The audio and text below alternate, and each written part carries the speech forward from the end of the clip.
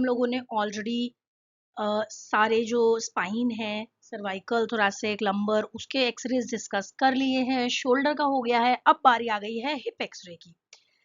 Basically हम लोग interpretation को थोड़ा सा आपके लिए इजी कर रहे हैं, कैसे इंटरप्रेट करना है एक्सरेज को, सो दैट आप कुछ भी अपनी असेसमेंट का पार्ट मिस ना कर दो। प्लेलिस्ट जाके आप चेक कर सकते हो, उसमें ऑलरेडी आपको सब मिल जाएगा और सारे सेगमेंट्स के एक्सरे इंटरप्रिटेशन। तो हमें हिप एक्सरे क्यों लर्न करना है? बेसिकली ट्रॉमा के केसेस में, ऑर्थोपेडिक्स वाले केसेस में हिप पे फ्रैक्चर आ सकता है, फ्रैक्चर डिटेक्शन के लिए, आर्थराइटिस की असेसमेंट के लिए, एंड हमारे फिजियोथेरेपी स्टूडेंट्स के लिए एसेंशियल है, क्योंकि इट हेल्प्स इन असेसमेंट। इसके बिना असेसमेंट हमारी अधूरी है।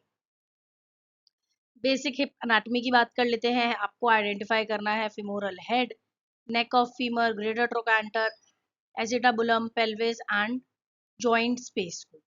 ठीक है, तो ये एक एक्सरे का इमेज है जहाँ पे आप देख सकते हो कि ये सारी चीज़ें ऑलरेडी लेबल्ड है। ये सब नॉर्मल एक्सरे के फीचर्स हैं, ये आपको पता होने चाहिए कि यहाँ पे क्या है, यहाँ पे क्या चीज़ है, यहाँ क्या है, सो दैट आप जब कोई एबनॉर्मल एक्सरे देखो तो आप कंपेयर कर पाओ एंड फिगर आउट कर पाओ कि हाँ ये नॉर्मल है और ये एबनॉर्मल है। अब एक्सरे के व्यूज की बात कर लेते हैं। हमारा पहला एक्सरे का व्यू है AP pelvis view, frog leg lateral view and cross table lateral view.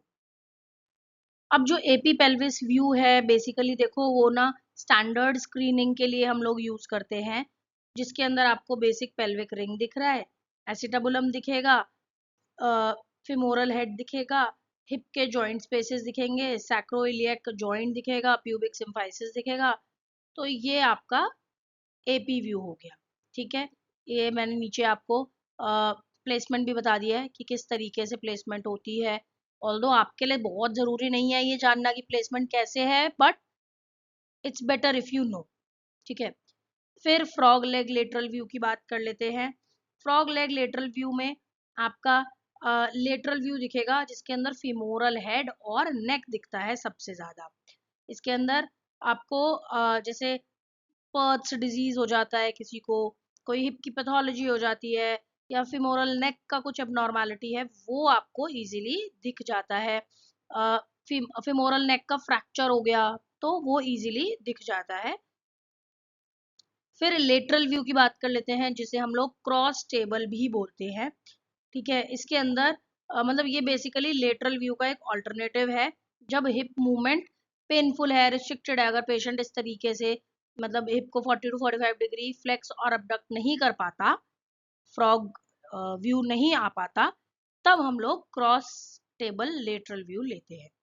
ठीक है, इसके अंदर हम लोग फिमोरल नेक के फ्रैक्चर्स चेक कर सकते हैं, इंटरट्रोकैंट्रिक फ्रैक्चर्स चेक कर सकते हैं, हिप का डिसलोकेशन चेक कर सकते हैं। ठीक है, अब बात करते हैं हम लोग सिस्टमेटिक मेथड। ये आपको अच्छे से याद हो गया होगा, आई एम श्योर। अगर याद हो गया है तो कमेंट्स में नीचे आप वाई लिख देना, मैं समझ जाऊंगी कि आप लोगों को अच्छे से याद हो गया है ये, क्योंकि ये हमने हर जगह पढ़ लिया है अब। ABCS method, alignment, bone, cartilage and soft tissue. Alignment में क्या देखेंगे कि फिमोरल हेड एसिडाबुलम के अंदर है या नहीं है, पेल्विस की जो सिमेट्री है वो इवन है कि नहीं है, शेंटन्स लाइन की कंटिन्यूटी है कि नहीं है। निमोनिक सिंपल है बॉल एंड बोल, ये याद रखना है कि basically ball and socket joint है, जो बॉल है वो अपने सॉकेट में प्रेजेंट है। बोन की बात कर लेते हैं। We have to look for fractures, cortical breaks, osteoporosis, bone deformities. फिर फ्रैक्चर देखना है नेक ऑफ फीमर या फिर इंटरट्रोकैंट्रिक रीजन जो है वो कॉमन साइट्स हैं, वहाँ हम चेक कर लेंगे। जैसे ही फ्रैक्चर लाइन दिख रही है यहाँ पे हमें, देन कार्टिलेज देखेंगे, जॉइंट स्पेस नैरो तो नहीं हो गया, ऑस्टियोआर्थराइटिस, ऑस्टियोफाइट, सबकॉन्ड्रल स्क्लेरोसिस। ठीक है, जैसे कि इसमें आप देख रहे हो आर्थराइटिक हिप है, ये नॉर्मल हिप आपको क्लियर दिख रहा है, जॉइंट स्पेस भी ठीक दिख रहा है, यहाँ कोई जॉइंट स्पेस दिख ही नहीं रहा, एकदम नैरो हो गया है। ठीक है, आर्थराइटिस है, स्क्लेरोसिस हो रखा है। ठीक है, और यहाँ पे थोड़ा सा सिस्ट टाइप के भी दिख रहे हैं छोटे छोटे। देखो जो हमारा ये ABCS मेथड है ना, ये सबके लिए सेम है।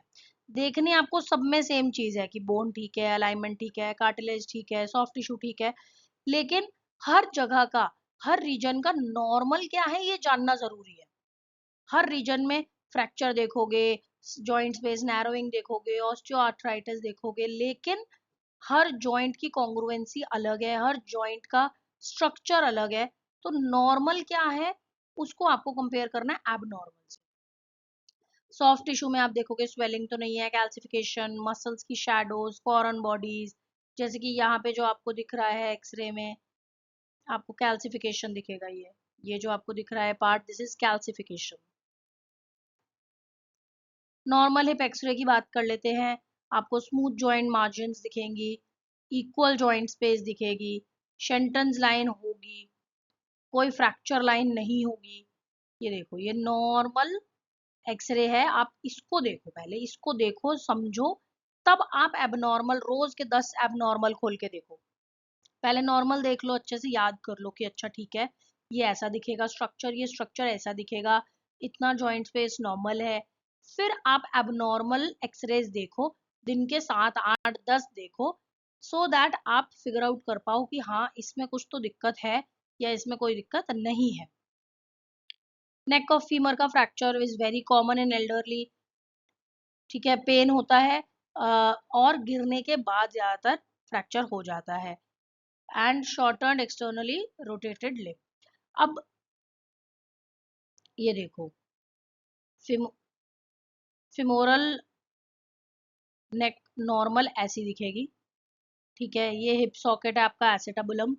अब यहाँ पे आपको फ्रैक्चर दिखेगा दूसरी इमेज में, just a second, right here, यहाँ पे आपको फ्रैक्चर दिखेगा। ठीक है, हिप का dislocation is very common.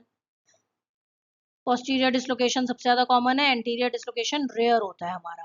Posterior में पीछे की तरफ डिस्प्लेस हो जाता है हमारा जो हेड है फीमर का। ठीक है, ये नॉर्मल पोजीशन है सॉकेट के अंदर। अब ये दिख रहा है, थोड़ा सा शैडो में दिखा रखा है कि पीछे की तरफ चला गया तो डिसलोकेट हो गया। फिर ऑस्टियोआर्थराइटिस, रिड्यूस जॉइंट स्पेस है, ऑस्टियोफाइट्स हो जाते हैं, स्क्लेरोसिस होता है, एंड फिमोरल हेड डीफॉर्म हो जाता है। ग्रेड्स होते हैं इसके 4। तो ग्रेड 1 में आप देख सकते हो कि जॉइंट स्पेस है, दिख रहा है, फिर और कम हो गया, और कम हो गया, बिल्कुल ही खत्म हो गया जॉइंट स्पेस। ठीक है, ऑस्टियोफाइट फॉर्मेशन देखो यहाँ मिनिमल है, यहाँ पे काफी ज्यादा ऑस्टियोफाइट फॉर्मेशन है इधर। ठीक है, तो ग्रेड्स है ओए के, हिप में 4 ग्रेड्स होते हैं। फिर रेड फ्लैग्स क्या है, छोटे मोटे फ्रैक्चर लाइन मिस हो जाता है, शेंटन लाइन इंटरप्टेड है लेकिन हमने देखा ही नहीं, पेल्विक एसिमेट्री, अर्ली ओए changes and incorrect positioning. Clinical correlation जरूरी है, ट्रॉमा क्या हुआ, कैसे हो गया, वेट बेयरिंग एबिलिटी कितनी है पेशेंट की, कोई लिम्ब शॉर्टनिंग तो नहीं हुई, रेंज ऑफ मोशन रिस्ट्रिक्शन कितना है पेशेंट का, इसको हम कंपेयर करेंगे हमारे एक्सरे के इमेज से। अब ABCS मेथड याद रखोगे आप, A, F और C व्यूज होते हैं इसके, एंड बॉल अलाइनमेंट आपको याद रखना है। अब नॉर्मल देखने के बाद आप 10 एक्सरे एबनॉर्मल देखो, जिससे आप फिगर आउट कर पाओ कि इसमें ये गलत है, इसमें ये गलत है। और ऐसे एक्सरेज देखने के लिए आप प्लेलिस्ट देख सकते हो, सब्सक्राइब कर दो for more such topics, and comment कर सकते हो कि नेक्स्ट टॉपिक क्या कवर करें।